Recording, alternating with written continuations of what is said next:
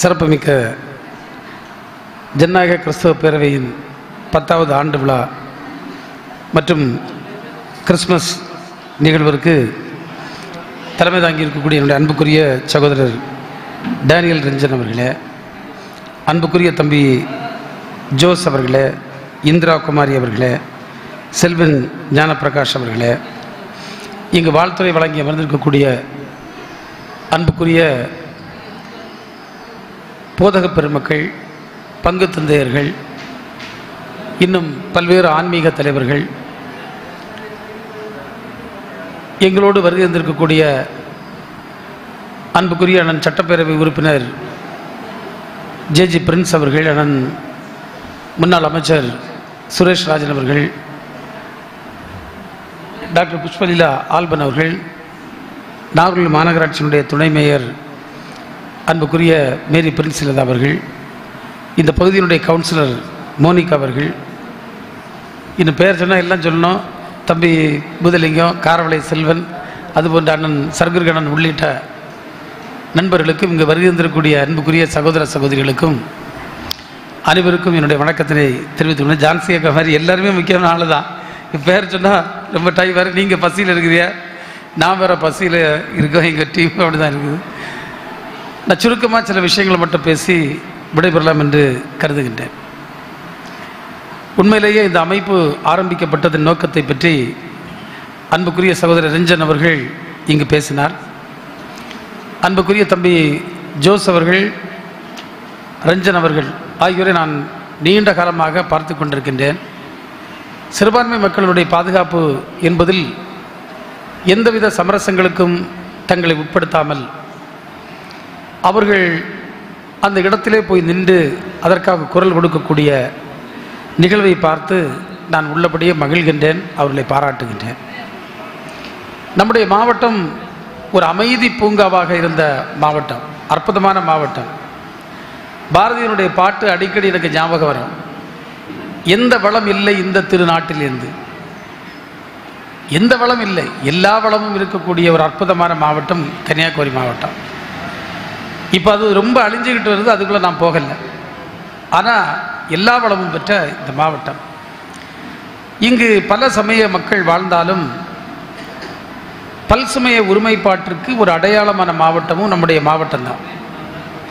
ஏன்னா இந்த மாவட்டம் சாதிய கொடுமையில் சிக்கி அதில் பெரிய போராட்டங்களை சந்தித்து பெரிய இழப்புக்களை சந்தித்து ஒரு சமத்துவ சமூகமாக, ஒற்றுமை சமூகமாக வாழ்ந்து கொண்டிருந்த இந்த மாவட்டத்தில் தான் மதம் என்கின்ற ஒரு பிரச்சனையை அரசியல் நோக்கத்தோடு, அரசியல் காரணங்களுக்காக சிலர் கையில் எடுத்து அதன் விளைவாக மண்டைக்காட்டில் ஏற்பட்ட கலவரம், தொடர்ந்து ஏற்பட்ட பல்வேறு ஒரு சமய சகிப்புத்தன்மையற்ற நிகழ்வுகள் அப்படியே நடக்கத் தொடங்கியது. நான் கூட பார்த்தீங்கன்னா, நான் சிறுவராக இருக்கின்ற போது நான் நினைக்கின்றேன் 1992 அல்லது 93 நினைக்கின்றேன், மணலிக்குழிமலை என்கின்ற பகுதியில் ஒரு கத்தோலிக்க திருச்சபை கட்டுகின்ற ஒரு பிரச்சனையில் பயங்கரமான பிரச்சனைகள் ஏற்பட்டு நான் கூட அதில் கைது செய்யப்பட்டு 45 நாட்கள் சிறையில் இருந்திருக்கின்றேன். அந்த அளவுக்கு இது ஒரு ஒரு சமய பொறுமை என்பது ஒரு கேள்விக்குறியான ஒரு சூழலை இங்கு இருக்கக்கூடிய திட்டமிட்ட சில சக்திகள், மதவாத சக்திகள் முன்னெடுத்தார்கள். அதனுடைய விளைவாகத்தான் இப்படிப்பட்ட அமைப்புகள் தேவை என்கின்ற ஒரு நிலை ஏற்பட்டது. இப்போது கூட பார்த்தீர்கள் என்று சொன்னால், தமிழ்நாட்டில் 15% இன்றைக்கு கிறிஸ்தவ மக்களுடைய எண்ணிக்கை இருக்கிறது என்று தோராயமாக கருதப்படுகிறது. அந்த அடிப்படையில் பார்த்தால் அந்த சமூகத்தினுடைய ஒரு ஒருமித்த குரல் என்பது இருக்கிறதா என்று சொன்னால் அது ஒரு மிகப்பெரிய ஐயப்பாட்டை தருகிறது. நான் அமைச்சர் பொறுப்பில் இருந்தும் பல்வேறு பொறுப்புகளில் இருக்கின்ற காரணத்தினால் தமிழகத்தின் மூலை முடுக்குகளுக்கெல்லாம் சென்றிருக்கின்றேன். அங்கு செல்லுகின்ற நேரத்தில் கிறிஸ்தவ சமூகம் என்பது அந்த பகுதியில் மாற்றத்திற்காக அவர்கள் அளித்திருக்கக்கூடிய பங்களிப்பு, தொடர்ந்து ஆற்றி வருகின்ற பங்களிப்புகள் யாரும் எந்த சூழ்நிலையிலும் மறுக்க முடியாது. ஆனால் அண்மை காலமாக இன்றைக்கு சமூகத்தை பிளவுபடுத்தும் எண்ணத்தோடு செயல்படுகின்ற சில அமைப்புகள் கிறிஸ்தவ சமூகத்தை குறிவைத்து தாக்குகின்ற சம்பவங்கள் நம்மை எல்லாம் வருத்தப்படுத்துகிறது, வேதனைப்படுத்துகிறது. இன்றைக்கு வங்காளதேசத்தில் இருக்கக்கூடிய சிறுபான்மை இந்து சகோதரர்கள் மீது அங்கு இருக்கக்கூடிய இடைக்கால அரசு சில தாக்குதல்களை மேற்கொள்ளுகின்ற நேரத்தில் நாம் ஒரு நாடாக இணைந்து அதை கண்டிக்கின்றோம், அதற்கு எதிர்ப்பு தெரிவிக்கின்றோம். அதே நேரத்தில் நம்முடைய நாட்டில் வாழுகின்ற மக்கள் பார்த்தீங்கன்னா, நம்முடைய மணிப்பூரில் வாழுகின்ற மலைவாழ் கிறிஸ்தவ சமூக மக்கள் எப்படிப்பட்ட இன்னல்களுக்கு இடர்பாடுகளுக்கு ஆளாக்கப்படுகின்றார்கள், அதில் இங்கு இருக்கக்கூடிய ஒன்றிய அரசின் பார்வை எப்படி இருக்கிறது, அவருடைய அணுகுமுறை எப்படி இருக்கிறது என்பது மிகப்பெரிய வேதனை தரக்கூடிய ஒன்றாக இருக்கிறது. நாங்கள் கூட இப்போது மணிப்பூருக்கு ஆதரவாக ஒரு நிகழ்வை சென்னையிலே நடத்தலாம் என்ற ஒரு முடிவை நாங்கள் எடுத்து அதற்கான ஆலோசனைகளை நடத்தி கொண்டிருக்கின்றோம். ஏனென்றால் அங்கு இருக்கக்கூடிய சிறுபான்மை மக்களுடைய குரல் இன்றைக்கு நசுக்கப்பட்டிருக்கிறது, அவருடைய உரிமைகள் எல்லாம் பறிக்கப்பட்டிருக்கிறது. நீங்கள் வட இந்தியாவில் சென்றால் இஸ்லாமிய மக்களை குறிவைத்து புல்டோசர் ராஜ் என்று சொல்லுகின்ற அளவிற்கு அவர்கள் மீது சில குற்றச்சாட்டுகளை சொல்லிவிட்டு அவர்கள் தங்கியிருக்கின்ற வீடுகளை, மாட மாளிகைகளை புல்டோசர் கொண்டு இடித்து தகர்க்கின்ற ஒரு செயலை ஒரு அரச பயங்கரவாத செயலாக அங்கே இருக்கக்கூடிய மாநில அரசுகள் முன்னின்று நடத்துகின்ற சம்பவங்கள் எல்லாம் ஒரு ஜனநாயக நாட்டிற்கு அழகல்ல, உகந்ததல்ல, அப்படி நடக்கக்கூடாது. ஆனால் அது இங்கே நடக்கிறது. தமிழ்நாட்டை எடுத்துக்கொண்டால் இங்கு ஒரு ஆளுநர் இருக்கின்றார், அவர் பேசுகின்றார், இங்கு கிறிஸ்தவ மிஷனரிகள் ஒரு கல்ச்சுரல் ஜெனோசைடு, ஒரு கலாச்சார படுகொலை செய்து விட்டார்கள் என்று சொல்லுகிறார். ஜெனோசைடு என்கின்ற ஆங்கில வார்த்தை மிக ஆழமான அர்த்தத்தை கொண்டது. ஒரு இனத்தை அழிக்கக்கூடிய எண்ணத்தோடு ஒரு இனப்படுகொலை செய்வதை ஆங்கிலத்தில் ஜெனோசைடு என்று சொல்லும். கல்ச்சுரல் ஜெனோசைடு என்று சொல்லுகிறார். அது எவ்வளவு பெரிய அபத்தமான வார்த்தை. இந்தியாவில் மிஷனரிகள் செய்தது ஒரு கல்ச்சுரல் ரிவைவல். அந்த கல்ச்சுரல் ரிவைவல் அல்லது ஒரு கலாச்சார மறுமலர்ச்சி அவர்கள் செய்தார்கள். அதன் விளைவுதான் இன்றைக்கு நீங்களும் நானும் வேட்டி அணிந்திருக்கின்றோம், சட்டை போட்டிருக்கின்றோம். இல்லைன்னா அது கூட நமக்கு இல்லை.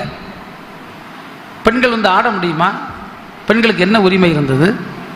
அன்புக்குரிய நண்பர்களே, சதி என்கின்ற ஒரு மிக கொடுமை இந்திய நாட்டில் இருந்தது. ஒரு பெண்ணினுடைய கணவன் இறந்து விட்டால் அந்த பெண் அவளை தூக்கி சிதையிலே போடணும், அது அப்படியே தீயெறிஞ்சு சித்து போனோம். இல்லைன்னா அவள் கைம்பெண்ணாக வாழணும், ரூமை விட்டே வெளியே வர முடியாது. அந்த கொடுமை, அந்த சதி என்கின்ற கொடுமையை தடுப்பதற்கு எந்த சட்டமும் இல்லை, எந்த உரிமையும் இல்லை. சதியிலே ஆயிரம் பெண்கள் அல்லது லட்சோபலட்சம் பெண்கள் கொல்லப்பட்டார்கள்.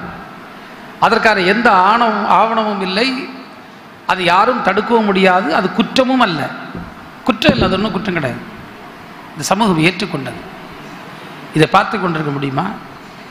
1829 முதல்ல லார்ட் வில்லியம் பென்டிங் என்கின்ற முதல் இந்தியாவினுடைய கவர்னர் ஜெனரல் இந்த கொடுமையை அனுமதிக்க முடியாது என்று சொல்லி அதை சட்டம் போட்டு தடுக்கின்றார்.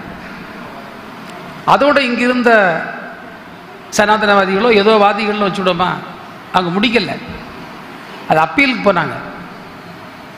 இது எங்களுடைய கலாச்சாரம் என்று. அன்றைக்கு அந்த கலாச்சாரத்துக்கு முற்றுப்புள்ளி அப்படி தான் வைக்கப்பட்டது. அதே போன்று விதவைகள் மறுமணம், அது யார் செய்தது? விதவைகள் மறுமணத்தை பார்த்தீங்கன்னா லார்ட் கேனிங் என்று சொல்லுகின்ற இன்னொரு கவர்னர், அவர் 1856 விதவைகள் மறுமணம் செய்யலாம் என்கின்ற சட்டத்தை மிகுந்த எதிர்ப்புகளுக்கு இடையில கொண்டு வரார். கொண்டு அதன் மூலமாக முதல் அந்த திருமணத்தை நடத்தி வைத்தது கூட மதுரையில் இருக்கக்கூடிய ஒரு ஐரிஷ் நாட்டு பிரீஸ்ட் தான் தலைமறைவாக இருந்து நடத்தி வச்சிருக்காரு. அப்போ எவ்வளவு கொடுமை அன்றைக்கு இருந்திருக்கிறது. ஒரு விதவை பெண்ணை மறுமணம் செய்து கொடுப்பதற்கு எப்படிப்பட்ட தடை இருந்திருக்கிறது. இது கலாச்சார மாற்றத்திற்கான ஒரு மறுமலர்ச்சியா, இல்லை இது ஒரு கலாச்சார படுகொலை அல்லது ஒரு இனப்படுகொலை போன்ற ஒரு படுகொலை என்று வர்ணிப்பது நியாயமா? இன்னைக்கு பெண் சிசு கொலை என்பது இந்தியாவில் அங்கீகரிக்கப்பட்ட ஒன்று. அதிலும் வட இந்தியாவில் வந்து முழுமையாக அது கடைபிடிக்கப்பட்டு வந்தது. பெண் சிசு கொலை யார் நிறுத்தினார்? அதுவும் 1870 அதுவும் நீங்கள் பார்த்தீங்கன்னா 100 ஆண்டு கால முயற்சிக்கு பிறகு 1770 வாரன் ஹேஸ்டிங்ஸ் என்று இருக்கக்கூடிய ஒரு தேசத்தினுடைய பெங்காலினுடைய கவர்னர் அந்த முயற்சியை தொடங்குகிறார். 100 ஆண்டுகளுக்கு பிறகுதான் அது வந்து லார்ட் மேயோ என்று சொல்லுகின்ற ஒருவர் துணிச்சலாக அதை தடை செய்கிறார் சட்டப்பூர்வமாக. 100 ஆண்டுகளுக்கு பிறகு அதுவரையிலும் பெண்கள் காட்டு மிராண்டித்தனமாக குழந்தைகள் கொல்லப்பட்டார்கள். அப்படிப்பட்ட ஒரு ஆணாதிக்க சமூகமாக இந்த சமூகத்தை கட்டமைத்து வைத்திருந்தார்கள். இன்னும் நீங்கள் பார்த்தீங்கன்னா அடிமைகள் சந்தையில் கொண்டு மக்களை விற்கக்கூடிய நிலைமை இந்தியாவில் இருந்து அபாலிஷன் ஆஃப் ஸ்லேவரி ஆக்ட், அதாவது அடிமைகளை தடுக்கின்ற சட்டம், அடிமை ஒழிப்பு சட்டம், அதை கொண்டு வந்தவர்கள் 1843 அதுவும் அன்றைக்கு இருந்த வெள்ளைக்கார ஆட்சியாளர்கள் தான். இது ஒரு பக்கம். நான் சமூக நீதிக்கான கருத்துக்களை மட்டும் பேசுகிறேன். ஏன்னா இன்றைக்கி கலாச்சார படுகொலை என்று இங்கே இருக்கக்கூடிய ஆளுநர் பேசுகிறார். அதை பார்த்து மக்கள் நம்புகிறார்கள். அதை தொடர்ந்து நீங்கள் பார்த்தீங்கன்னா இந்த நாட்டில் இருக்கக்கூடிய பெரிய கட்டமைப்புகள், railway, postal department, administrative setup, இன்றைக்கு இருக்கக்கூடிய ஐஏஎஸ் போன்ற பொறுப்புகள், அவர்களுக்கான அட்மினிஸ்ட்ரேட்டிவ் ரூல்ஸ், ஏன் நீதிமன்றம் வரை அவங்க எஸ்டாப்ளிஷ் பண்ணதான். இந்தியன் பீனல் கோட் என்கின்ற ஒரு வார்த்தையை உருவாக்குறது அவர்கள். இந்திய தண்டனை சட்டத்தை, இந்திய சிவில் சட்டத்தை உருவாக்குறவர்கள் வெள்ளைக்காரர்கள்.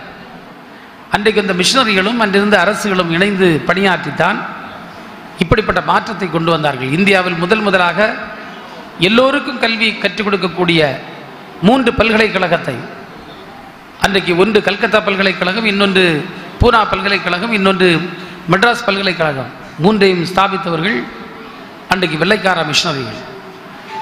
இவ்வளவு பணி, இதை பற்றி மணிக்கணக்கில் நாள் கணக்கில் பேச முடியும். செய்திருக்கிற பணிகளை இந்திய மண்ணிற்கு தந்ததன் விளைவுதான் இன்றைக்கு இந்த சமூகம் வளர்ந்து உயர்ந்து நிற்கிறது. நம்முடைய மாவட்டத்தில்தான் பெண்கள் இடுப்புக்கு மேல் ஆடை அணியக்கூடிய உரிமை பெறுகின்ற போராட்டம், மகத்தான போராட்டம் முன்னெடுக்கப்பட்டது 1822. அந்த போராட்டத்தை முன்னெடுத்தவர் ரெவரண்ட் மீட் என்கின்ற ஒரு மிஷனரி. அவர் தான் அந்த போராட்டத்தை முன்னெடுத்தார். எவ்வளவு கொடுமை! அதைத் தொடர்ந்துதான் ஐயா வைகுண்டர் அவர்கள் தமிழ்நாட்டின் தென் பகுதிகளிலும், அதுபோன்று ஸ்ரீ நாராயணகுரு அவர்கள் கேரளாவிலும் அந்த போராட்டத்தை முன்னெடுத்து அனைத்து பெண்களும் அந்த உரிமையை பெறுகின்ற ஒரு சூழலை நீண்ட கால போராட்டத்திற்கு பின்னால் 1856 அங்கே இருக்கக்கூடிய மகாராணி இங்கே இருக்கக்கூடிய தென் திருவாங்கூர் சமஸ்தானத்திற்கு கொடுத்த நெருக்கடியின் அடிப்படையில் அவர்கள் ஒரு சட்டத்தை வேண்டா வெறுப்போடு இயற்றினார்கள். அதுதான் இந்தியா முழுமைக்கும் கடைபிடிக்கப்பட்டது. அந்த போராட்டம் என்பது கன்னியாகுமரி மாவட்டத்திற்கான அல்லது கேரளாவிற்கானது அல்ல. இந்தியா முழுவதும் இருந்த பெண்களுடைய நிலை அதுவாகத்தான் இருந்தது. எனவே சமூக மாற்றத்திற்கும் வளர்ச்சிக்கும் இந்த மண்ணில் கிறிஸ்தவம் ஆற்றியிருக்கக்கூடிய பணி என்பது அசாதாரணமான பணி. அது யாரும் கேள்வி கேட்க முடியாது. இன்றைக்கு ஒரு சின்ன பழியை போட்டிருக்காங்க, மத மாற்றம் என்று. நான் அதை மட்டும் சொல்லி என்னுடைய உரையை நிறைவு செய்ய விரும்புகிறேன். மத மாற்றம் என்பது அது இந்தியாவுக்கானது அல்ல, அது உலகம் முழுமைக்கும் இருக்கக்கூடிய ஒன்று. மதம் என்பது நம்பிக்கை சார்ந்தது. ஒருவனுக்கு காலம் ஒரு நம்பிக்கை இருக்கும், சாயங்காலம் ஒரு நம்பிக்கை இருக்கும். அது நம்பிக்கை என்பது பல இடங்களில் மாற்றத்துக்கு உட்பட்டதான். நீங்கள் பார்த்தீங்கன்னா இன்றைக்கு ஐரோப்பாவில் இருக்கக்கூடிய பலர் இந்து மதத்தை தழுவுகிறார்கள், பௌத்தத்தை தழுவுகிறார்கள். மிடில் ஈஸ்டில் இருக்கக்கூடிய இஸ்லாமிய நாடுகளில் இருக்கக்கூடிய பலர் கிறிஸ்தவத்தை தழுவுகிறார்கள். இந்தியாவில் இருக்கக்கூடிய பல மக்கள் கிறிஸ்தவத்தை தழுவுகிறார்கள். சிலர் இஸ்லாமியத்தை தழுவுகிறார்கள், சிலர் பௌத்தத்தை தழுவுகிறார்கள். ஆக ஒரு கிறிஸ்தவர் இஸ்லாமியத்தை தழுவது, ஒரு கிறிஸ்தவர் இந்துவாக மாறுவது, அல்லது ஒரு இந்து கிறிஸ்தவராவது என்பது உலகம் முழுவதும் நடந்து கொண்டிருக்கக்கூடிய ஒரு சம்பவம். இங்கு இருக்கக்கூடிய இந்த சனாதனம் பேசுகின்றவர்கள் அமெரிக்காவிலே கமலா ஹாரிஸ் தேர்தலில் போட்டி போட்டால் இங்கு கோயிலில் வேள்வி நடத்துகிறார்கள், அவர் வெற்றி பெற வேண்டும் என்று. இங்கிலாந்து நாடாளுமன்றத்தில் ரிஷி சுனாக் என்பவர் பகவத்கீதையை வைத்துக்கொண்டு அவர் அங்கே சென்று பதவி பிரமாணம் எடுக்கின்ற நேரத்தில் மகிழ்ச்சி அடைகிறார்கள். அதில் ஒன்றும் தவறில்லை, ஏன்னா அது கிறிஸ்தவ நாடு, ஆனால் அனைத்து சமயங்களையும் ஏற்றுக்கொள்ளக்கூடிய நாடு. அதே நேரத்தில் மதசார்பற்ற நாடு என்ற பெயர் பெற்ற இந்தியாவில் சோனியா காந்தி அவர்கள் வந்துவிட்டால் இவர் அந்நிய பெண்மணி என்று சொல்லுகிறார்கள். இங்கு தான் நமக்கு உடன்பாடு இல்லாமல் இருக்குது, வருத்தமாக இருக்கிறது. இங்கு மதத்தை சொல்லி ஜாதியை சொல்லி வாக்குகள் கேட்கிறார்கள். அவர்கள் இன்றைக்கி பயன்படுத்துகின்ற வார்த்தை ரிலிஜியஸ் போலரைசேஷன், காஸ்ட் போலரைசேஷன். நீங்கள் கிறிஸ்தவர்கள் சாதியத்துக்கு எதிராக மிக வலுவாக குரல் கொடுக்க வேண்டும். உண்மையிலே நான் இன்றைக்கு தமிழ்நாடு முழுவதும் இருக்கக்கூடிய கிறிஸ்தவர்களை ஒருங்கிணைத்து சாதிக்கு எதிராக நான் சில பணிகளை முன்னெடுத்து கொண்டிருக்கின்றேன். ஏனென்றால் நாமெல்லாம் இந்திய கிறிஸ்தவர்கள் என்று சொல்லப்பட வேண்டுமே தவிர எந்த சாதி அடையாளத்தோடும் இருக்கக்கூடாது. ஏனென்றால் அதை கிறிஸ்தவம் ஏற்றுக்கொள்ளவில்லை, அப்படி ஒரு கட்டமைப்பு கிடையாது. எனவே இன்றைக்கு இருக்கக்கூடிய கிறிஸ்தவம் கூட பல்வேறு சீர்திருத்தங்களுக்கு தன்னை உட்படுத்த வேண்டிய ஒரு கட்டாயத்தில் இருந்து கொண்டிருக்கிறது. அன்புக்குரிய நண்பர்களே, நாம் வாழுகின்ற நாடு ஒரு சகோதரத்துவத்தை முன்னிறுத்த வேண்டிய நாடு. எனவே கிறிஸ்தவர்கள் உங்களுடைய உரிமைகளை பாதுகாப்பதற்கு நீங்கள் குரல் கொடுக்கின்ற நேரத்தில் அனைத்து சமய மக்களோடும் ஒரு இணக்கமான சூழலை உருவாக்குகின்ற ஒரு மகத்தான பணியையும் நீங்கள் முன்னெடுக்க வேண்டும். இன்றைக்கு கிறிஸ்தவத்தினுடைய அடிப்படையே சகோதரத்துவம் தான், அதை தாண்டி வேற ஒன்றும் இல்லை. தமிழ் சமூகத்தினுடைய அடையாளமும் அதுதான். அதைத்தான் கணியன் பூங்குன்றன் அற்புதமாக சொன்னார், யாதும் ஊரே யாவரும் கேளீர் என்று. இந்த உலகம் முழுவதும் எனக்கு சொந்தமான ஊர் தான், இந்த உலகத்தில் வாழுகின்ற அத்தனை மக்களும் என்னுடைய உறவுகள் தான் என்று சொல்லுகின்றது தான் அந்த அற்புதமான வரிகளினுடைய அர்த்தம். எனவே அந்த அடிப்படையில் நாமெல்லாம் யாவரும் கேளீர் என்ற அந்த உன்னத தத்துவத்தை இந்த உலகத்தில் இருக்கும் அனைத்து மக்களையும் சகோதரனாக சகோதரியாக பாவிக்கின்ற இந்த கிறிஸ்தவ அணுகுமுறையை அதன் அடையாளம் மாறாமல், அதனுடைய தன்மை மாறாமல் நாம் முன்னெடுத்து செல்ல கடமைப்பட்டிருக்கின்றோம்.